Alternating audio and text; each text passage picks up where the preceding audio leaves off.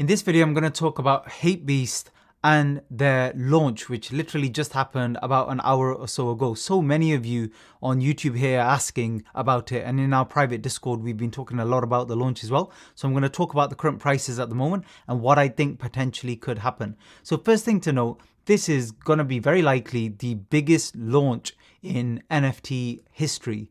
And you can see already the volume, nearly 2,900 in ETH. So a massive amount of volume already, probably like 11 or 12 million US dollars, something like that already traded in just the first hour. And we're going to talk a little bit about the tokenomics as well. So first thing to note is if you look back through some of the notifications, these were all whitelist spots only. I think there was 8,192. It's all complete whitelist.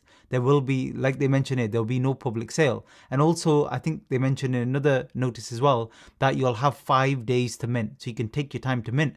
But now in terms of a value point of view, what we need to think about is out of that 8192, how many have minted? So this number is going up all the time. And at the moment it's 5615 that have minted. So we're talking about maybe 65, 67%, something like that. So we still have 30% more to go in terms of mint. And ideally, because of the supply, because most people are going to flip these immediately, because why would you not? You know, you're buying in at a mint price of, I can't remember what it was. It was 0.2, 0.4, something like that. And then you're selling already for 6 to 8 ETH. So you're already making a ridiculous amount of profit. So most people are just flipping their mints that they got from whitelist. And that's probably the right thing to do. And you can see now the floor is dropping. This is what I mentioned in my last video when I was going through my predictions. In any new big collection, always as the supply comes in, the floor drops. That's normal. But then we get to a point where it stabilizes. Now what's really tricky here is OpenSea is down again, and it's down all the time, but especially when big collections are going through, it just crashes. And at the moment, you can't even get onto the page. That's why you're seeing these gaps in ic.tools, which is a tool, by the way, if you're new, that's what I use to analyze what's happening in terms of price action, because that's how I make decisions. I don't just buy and sell randomly based on what somebody's saying on Twitter or YouTube. I analyze and look for a good entry point. You don't want to buy into pumps, you want to buy into dips. That's how you'll make money and not lose money in the process. By the way, before I discuss this further, if you've been enjoying the videos, please hit the like button. It really helps me out here on YouTube, and it lets me know that this is the type of content that you actually like, and show your appreciation as well in the comment section below. And let me know if you're involved in this collection today. I'll be very interested to hear. Now, in terms of what I'm analyzing at the moment, what I'm thinking, the other thing I like about this for a flip is only 5% royalty. A lot of the big collections we've seen in the last few months, they're 10%. That eats into your profit. So 5% is quite good. It's quite flippable.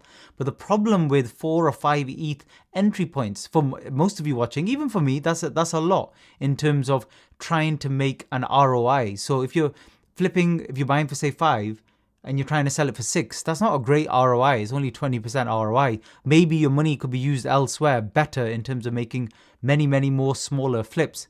So I hope that makes sense. That's why sometimes it's better to stay away from collections and not just go chasing after them just because of the hype. But what I'm looking for here is to see if it bottoms. So what I want to see is most of the mints done. I still think most people will mint now because they're going to get worried that even though they got a whitelist spot, how many times have we seen in big collections, even though you have a whitelist, you don't manage to get a mint. For some reason, it's oversubscribed. So you have to be careful with that. Now, what's the dip I'm looking for here? Well, let me show you another recent one. And this is what I train my students in terms of looking for in a pre-reveal flip. You can see here, Little Heroes here by Edgar Plans. This one dipped really nicely about an hour or two after the launch, all the way to 0.9. And then from there, if you had bought in, you could have sold at a high of 2.5. So a ridiculous amount of profit. And then it stayed over 2. So at any point in the next kind of day or two, you could have sold for good profit. I'm trying to see if we get the same flip and the same dip, with Hapebeast, but I'm not sure. It seems to be bottoming here around 4. But with these OpenSea outages and stuff like that, people start panicking. Nobody knows what's going on. So you have to kind of wait for everything to be back up and running to see what happens. But I still need this number to go up. Once it gets to maybe 7 or 8,000, and I'm confident most of the people who want to just come and flip, which will be 10 to 20% of the entire collection, people who just want to flip fast. The rest of the people will hold. They'll hold towards reveal, or they'll decide later on what they want to do, or they might even be holding for months. We don't know. But for most collections, it's usually 10 or 20% are just looking to flip and get rid of their supply. Now, once all of those 10 or 20% have sold everything, then we have a supply shock, and that's why we get the price going up.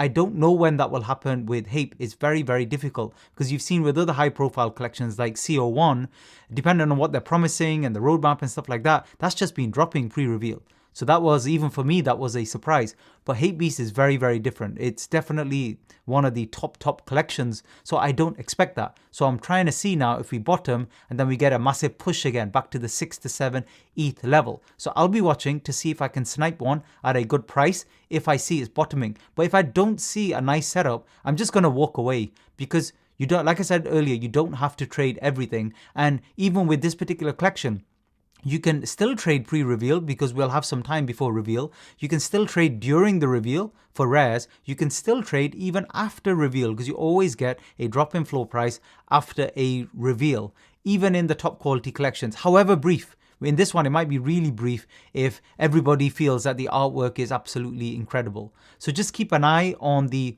prices here. Keep an eye on Twitter for new notifications as well. But in particular, what you're looking for with these spread out mints are how many have minted so far. It doesn't matter if they're saying 5 days. If in the next hour, nearly all 8,000 or so are gone, then you can ignore the 5-day mint and you can be confident in the fact that everybody who's flipping their mints, they'll do that today and that will be the end of it. So that's it for this quick video. Thanks very much for listening.